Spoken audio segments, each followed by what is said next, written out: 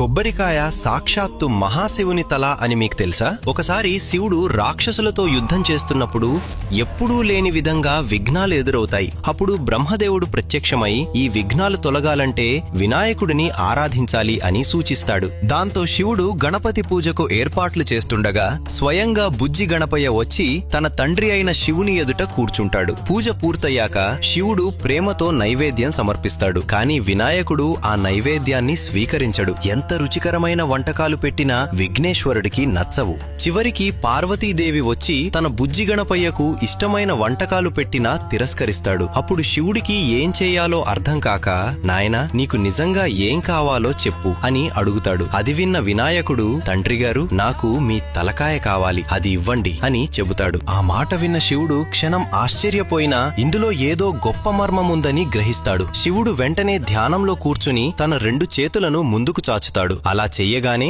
ఆయన చేతుల్లోకి తెల్లగా మెరిసే గుండ్రని పవిత్ర పదార్థం ప్రత్యక్షమవుతుంది. అది అసాధారణమైనది. శివుని తలలా 3 కళ్లతో ప్రకాశిస్తుంది. అనంతరం శివుడి జటాజలంలో ఉన్న గంగమ్మ జలరూపంలో దానిలో ప్రవేశిస్తుంది. ఆ పవిత్ర పదార్థాన్ని వినాయకుడు సంతోషంగా స్వీకరిస్తాడు. అప్పట్నుంచి ఆ దివ్య ప్రతీకనే మనం కొబ్బరికాయగా పూజల్లో సమర్పిస్తూ వస్తున్నాం. ఫ్రెండ్స్, ఓం నమః శివాయ అని కామెంట్ చేయండి.